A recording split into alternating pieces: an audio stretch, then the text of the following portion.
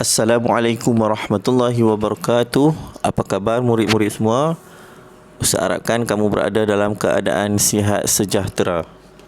Okey, baik.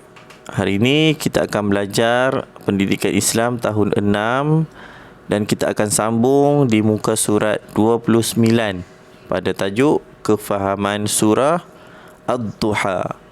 Jadi hari ini kita sambung pada ayat yang ke-7 daripada surah Ad-Duha.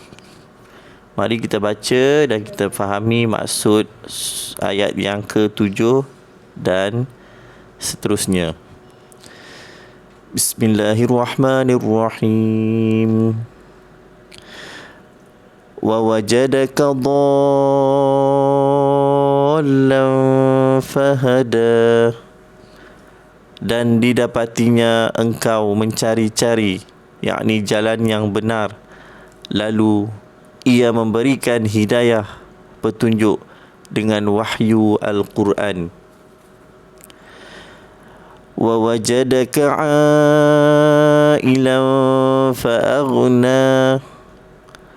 Dan didapatinya engkau miskin, lalu ia memberikan kekayaan. Fa'ammal yatima fala taqhar. Oleh itu, adapun anak yatim, maka janganlah engkau berlaku kasar terhadapnya. Jadi ayat ni, ayat ke-9 ni menegaskan kepada kita, janganlah kita melakukan kekasaran ataupun membuat zalim kepada anak yatim. Sebaliknya, kita perlulah berbuat baik kepada anak yatim. Kerana siapa yang melakukan zalim ataupun membuat kasar kepada anak yatim, dosa dia sangat besar. Jadi kepada anak yatim, siapa yang kenal anak yatim, ada di kalangan keluarga kita ke, kawan-kawan kita ke, bergelar anak yatim, kita perlulah berbuat baik kepada mereka. Okay, seterusnya ayat yang ke-10. Wa ammas sa'ila fala tanhar. Adapun orang yang meminta, yakni bantuan pimpinan, maka janganlah engkau tengking herdik. Ini kalau ada orang meminta sesuatu kepada kita, meminta pertolongan, dari segi meminta petunjuk ataupun meminta paduan kepada kita, sesuatu perkara yang dia tidak tahu, maka kita kena ajar kepada dia, kena bagi tahu kepada dia. Jangan pula kita tengking, herdik, marah dia. Sebaliknya, kita berlemah lembut, bagi tahu kepada dia. Sebab segala kebenaran, segala ilmu yang Allah berikan kepada kita, kita kena berkongsi dengan orang, kita kena bagi tahu kepada orang. Kalau kita tak mampu, kita jangan herdik dia, kita jangan tengking dia, cakap baik-baik dengan orang tu. Kemudian, wa amma bi ni'mati rabbika fahaddits. Adapun nikmat Tuhanmu, maka hendaklah engkau sebut-sebut, yakni dan zahirkan sebagai bersyukur kepadanya. Ayat ini menunjukkan kepada kita, kita kena sentiasa menyebut nikmat yang Allah berikan kepada kita, sentiasa mensyukuri nikmat yang Allah telah kurniakan kepada kita.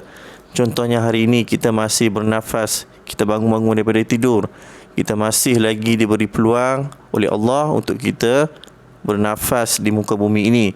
Jadi kita kena bersyukur, sebut Alhamdulillah, terima kasih ya Allah kerana engkau telah memberikan aku hari ini nafas untuk aku hidup lagi. Sebut nikmat yang Allah berikan kepada kita. Sehari itu banyak sangat nikmat yang Allah berikan kepada kita. Allah suruh kita kenangkan, sebutkan nikmat yang Allah telah berikan kepada kita. Firman Allah Ta'ala, la in syakartum la azidannakum wa la in kafartum inna azabi la syadid. Barang siapa yang mensyukuri nikmatku, Allah akan tambahkan lagi nikmat tu. Barang siapa yang mengkufuri, mengingkari nikmatku, tunggulah azab daripada Allah, azab yang sangat pedih. Jadi kita perlu mensyukuri, sentiasa mensyukuri nikmat yang Allah telah berikan kepada kita. Okey, baik. Jadi seterusnya kita pergi ke muka surat yang sebelah, muka surat 30. Okay, mari kita tengok muka surat 30 ni. Muka surat 30 ni kita akan tengok intisari dan pengajaran surah Ad-Duha.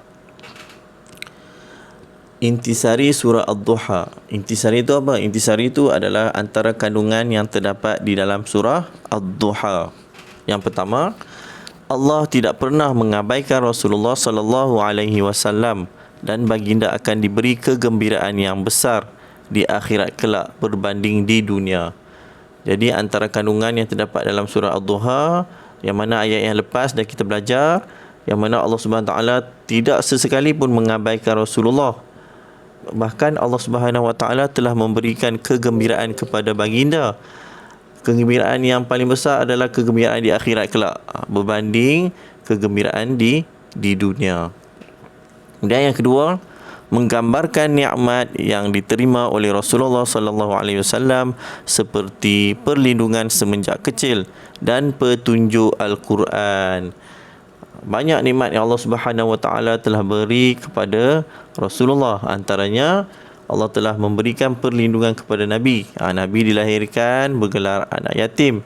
Jadi daripada kecil Allah telah memberi perlindungan melalui ada orang yang jaga Nabi masa kecil. Bila lepas kewafatan ibunya, datuk dia menjaga Nabi. Kemudian bila datuk dia pula wafat, bapa saudara dia pula yang menjaga Nabi. Dan Allah juga memberi petunjuk. Petunjuk dia melalui apa? Allah memberikan petunjuk Al-Quran. Antara mukjizat yang paling besar yang Allah Subhanahu wa taala berikan kepada Rasulullah adalah Al-Quran. Okay, kemudian yang ketiga, Allah juga mengingatkan manusia supaya menyantuni anak yatim, membantu orang miskin dan orang yang memerlukan bantuan serta menyebut segala nikmat yang diberikan sebagai tanda syukur. Jadi intisari yang ketiga, Allah telah mengingatkan kepada kita supaya menyantuni anak yatim, iaitu berbuat baik kepada anak yatim, bercakap lemah lembut, tidak mengkasari anak yatim. Dan juga kita perlulah membantu orang-orang miskin dan orang-orang yang memerlukan bantuan. Serta antara intisari yang lain, sentiasa menyebut nikmat-nikmat yang Allah telah berikan kepada kita, tanda kita syukur. Syukur kepada pemberian Allah Subhanahu wa taala. Kemudian pengajaran surah. Okey, yang pertama, orang yang berusaha akan berjaya. Jadi di sini bagi tahu, sesiapa yang berusaha pasti dia akan berjaya. Orang yang berjaya itu dia pasti dia berusaha.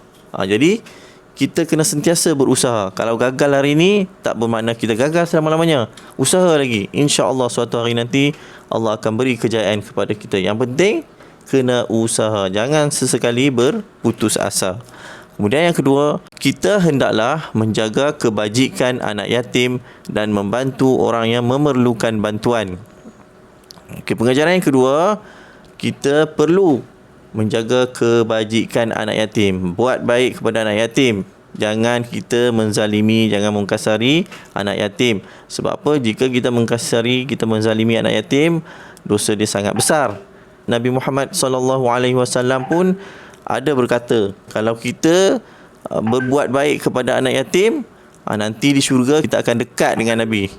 Kita akan sentiasa dekat dengan Nabi kalau siapa yang berbuat baik kepada anak yatim. Dan juga kita kena membantu orang yang memerlukan bantuan. Kalau ada sesiapa yang perlukan bantuan daripada kita, kalau kita boleh bantu, kita kena bantu dia. Tak kisahlah daripada segi apa. Sama ada kalau dari segi keuangan, kalau kita mampu, kita ada duit lebih. Kalau kita tengok orang tu miskin ke tak berkemampuan, kita bantu dari segi keuangan. Ataupun dari segi tenaga kita, pemikiran kita, ilmu kita, tak kisahlah apa pun. Yang penting kita kena bantu. Dan jangan sesekali kita mengherdik, memaki, menengking kalau kita tak mampu nak bagi bantuan. Contoh kalau ada orang minta bantuan, orang minta sedekah kat kita, kalau kita tak ada duit, kita tak nak bagi, kita diam saja. Tak payah nak marah-marah, nak tengking ke, nak herdik ke, tak payah. Pengajaran yang ketiga, sentiasa bersyukur dengan nikmat Allah. Ini penting. Nikmat yang Allah bagi kat kita, kalau kita nak hitung, tak terhitung, sangat banyak. Jadi tugas kita sebagai hamba Allah, sentiasa bersyukur. Ucapkan Alhamdulillah. Ingat, sentiasa sebut-sebut nikmat yang Allah berikan kepada kita. Ucap Alhamdulillah. Yang terakhir, rumusan.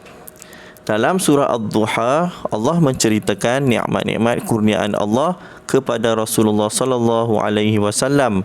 Semua ini sebagai dalil ketinggian dan kemuliaan Nabi Muhammad sallallahu alaihi wasallam di dunia dan akhirat. Jadi setakat tu dulu pelajaran kita pada hari ini. Moga-moga kamu boleh mengambil manfaat, mengambil iktibar dan mengamalkan apa yang telah kita belajar.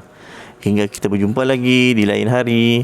Assalamualaikum warahmatullahi wabarakatuh.